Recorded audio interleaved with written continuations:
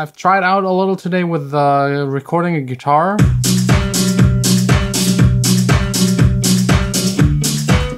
But I will have then to make the vocals fit to the guitar or the other way around. I'm losing sleep, can do this on my own.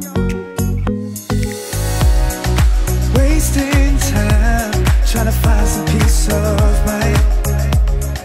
Hey guys, welcome to the studio. Today another vlog. Today already all done with all of the business stuff. Time for a little really quick lunch break. That's like the best part about the studio, that I have this kitchen here and I can just make food in between.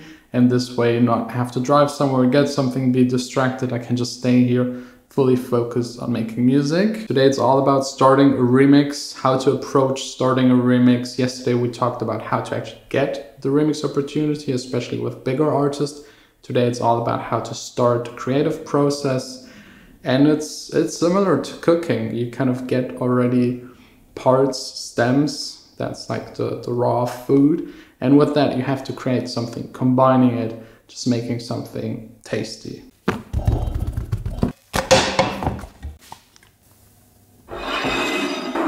So yeah, just a little bit of dough, chickpeas, and you got pita and hummus. Not bad. All done cleaning up the kitchen, which is by far the most annoying about cooking. That's why I love music production. You don't ever have to clean anything up. Yesterday we already dragged the files into the project. Most important if you ever do a remix to succeed is having remix parts that are suitable for your style, where you can make something out of it. And I think even more important is to find the right balance between using parts of the original but not making it too close to the original. So let's say you remix a classic house song, then maybe twist it up and change it into a darker club kind of song, into a pop song, or maybe to future bass, but don't stay directly in the same kind of style. So since the original was released on my label and is close also to my style, I will take it a little bit more into a club direction. We already detected the BPM yesterday, 110. I will speed it up. I will try 116, 118. The speed of the song, the BPM is the first thing you should actually do and not change. If you change it later on, you're in big trouble, because then you have to change everything basically again. So try to figure that one out before actually starting with the remix. I ended up with 120. It works. It still works from 110 to 120. Let me actually first play the original song.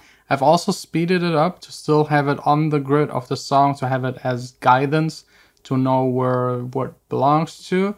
That's the original.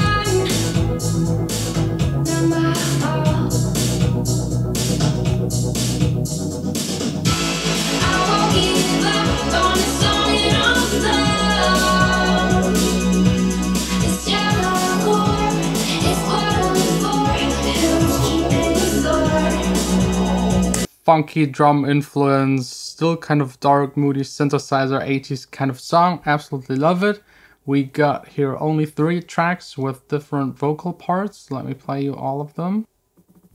This tug of wars and the scars, they don't mean nothing at all. So a main vocal. Then we got like an additional vocal. The bruises and the scars, they don't mean nothing at all. Doubles. And then by the producer himself, doubles. Who's keeping score? Just kind of probably to layer it up, he used his own voice. Not sure if I will keep that one track, maybe just to mix it in a little, to have a little like a more like kind of a wider feeling to the entire song. So yeah, tempo is 120. The first thing I usually do with remixes, especially if they're made for the club, are actually the drums. So today I will just focus on like having a drum loop, and then the next day I'm working on this remix, the bass, some synthesizer sounds, and give it even more a direction. Today really just the drums. If you nail the drums on a club song, everything else will be so much easier. So I'm using, as always, Geist, which is like my go-to plugin for drums, because you can just draw them in here. So now we already got the 4 to the floor kick. Well, actually for now, not go through the samples. I have like standard samples already preloaded in here just to work faster. I also already got my top kick there, as well as a clap. I always have these samples preloaded just to be faster, because sometimes when we do sessions we just want to work fast. Same here in this case, actually get to get as fast as possible to somewhere where it sounds like music and then go into the details. It's much easier than just EQing your kick without having anything else in there. So really just be fast at the beginning. And since I want to go into a more club direction, I think it totally makes sense to start with actually using loops and samples, because house music, clubhouse music, it just sounds typical like it if you use samples. If you don't use samples, it's hard to get actually that loopy sampled kind of sound. I absolutely hate loops, especially the ones that have like a kick and snare in it. I'm just looking for some top loops, so some hi-hats, a groove, maybe a little bit of percussion, and try this way to build up the song. So let's see what I can find. Wasting time, trying to find some peace of mind. Okay, so first so good. I dragged in 10 loops, deleted 8 of them again. Got now 2 very simple ones with the kick and my snare already in there. I also found 2 drum fills. Let me play you all of this together and then step by step so that you can hear what actually makes this entire loop. I think it works. It's clubby, it goes forward, it's like moving, it's jacky, it's kind of cool.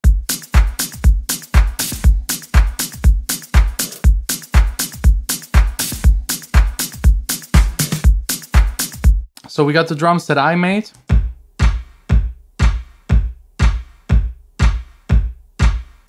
Kick, clap, and then we got this very first loop, the second loop, the fill, then later on a second fill,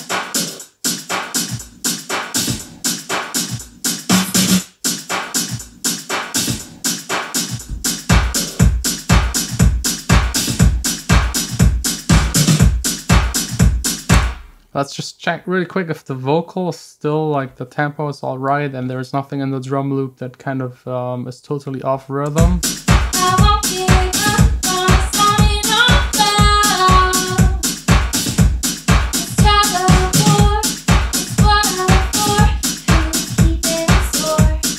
Still all right, it doesn't fit at all stylistically.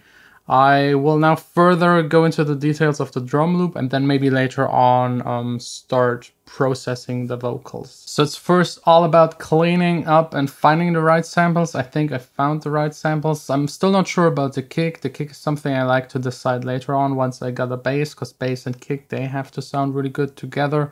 Also the key of the kick, still not sure, but let's maybe clean up the loops a little.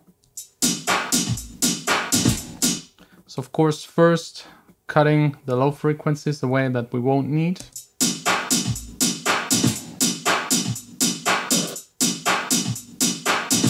I think 112 Hertz is enough of a cut, because we still want to have like those toms in there that make like the bottom rhythm. Then of course the same for the other loop. Since the second loop has more high frequencies, less low frequencies, we can cut up to almost 300 Hertz. And then with loops, there's not much you can actually do, because it's like many things combined, and if you change one, everything changes. That's why I love these more simple loops that are just like hi-hats or just a clap or just a kick. Like not everything together, because you then have less control. But you can of course use a transient shaper. For example, this one right here by Native Instrument. There are also a couple of other companies making transient shapers. There's also one by Logic actually, the Enveloper. You could also use this one. So it gives you control to change like the transients of a sound. So you can add more attack, remove attack, same for the release. So you can just get rid of it. But let's stick to the one by Native.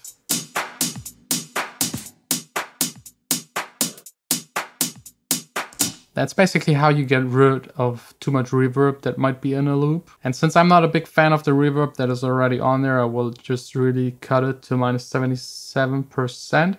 And then later on add my own reverb, because the reverb will help me to glue the drums together. If I have like a similar or the same reverb on all of the drum bits with maybe different kind of delay times.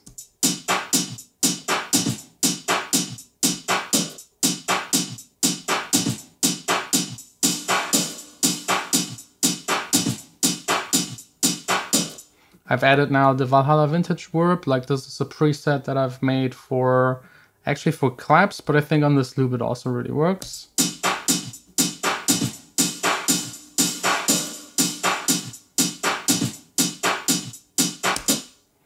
And doing the same basically for the other loop.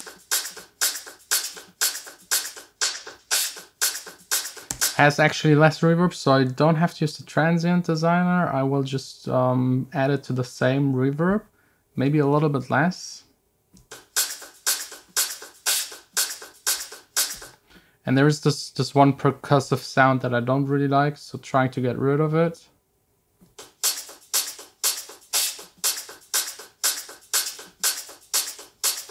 Yeah, I think just by lowering it by 7 something dBs, it's a little tidied up. And then basically all of this goes into my drum bus, which is, yeah, it's just called all drums, bus number 2.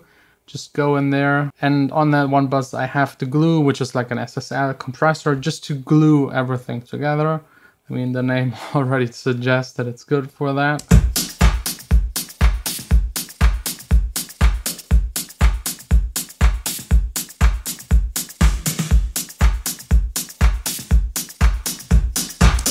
It's heavily compressing. It's like the typical kind of standard case of parallel compression.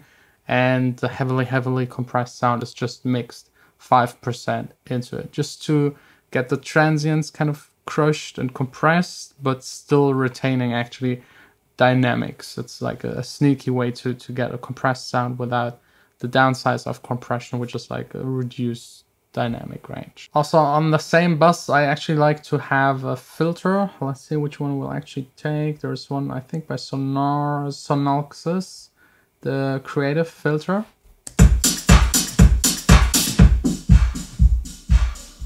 Just to be able to filter the drums whenever I might need it in the arrangement. And also very typical for house music, filtered drum loops. You hear it a lot.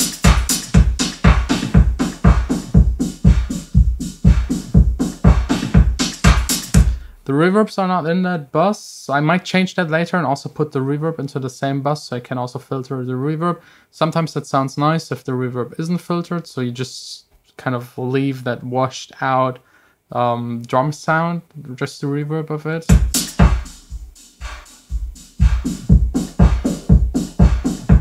It's really a matter of style. So now that I got the drum foundation, the next one would be actually to go into the vocals and change them stylistically. I think I will do that in another episode. I've tried out a little today with recording a guitar.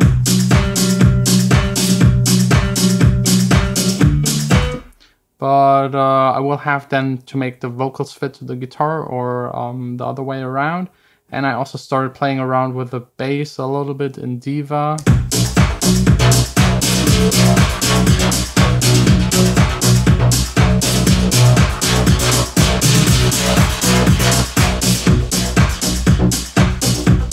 Pretty cool stuff, but like once you have the foundation of the drums that helps you to align everything else into the mix, it's really about like finding the right style. I think the bass is way too dark and the guitar maybe not clubby enough, so I might have to try out chords first, or maybe first change the vocal to sound more clubby, to give them more like an edgy feel to them, maybe a guitar amp, maybe distorting them, maybe pitching them down, and then actually think about the melodic elements. But for now, for like the first session, I'm really happy. Now it's back for me to business stuff and everything, and we'll see us tomorrow back here in the studio, of course. Wasting time, trying to find some peace of mind.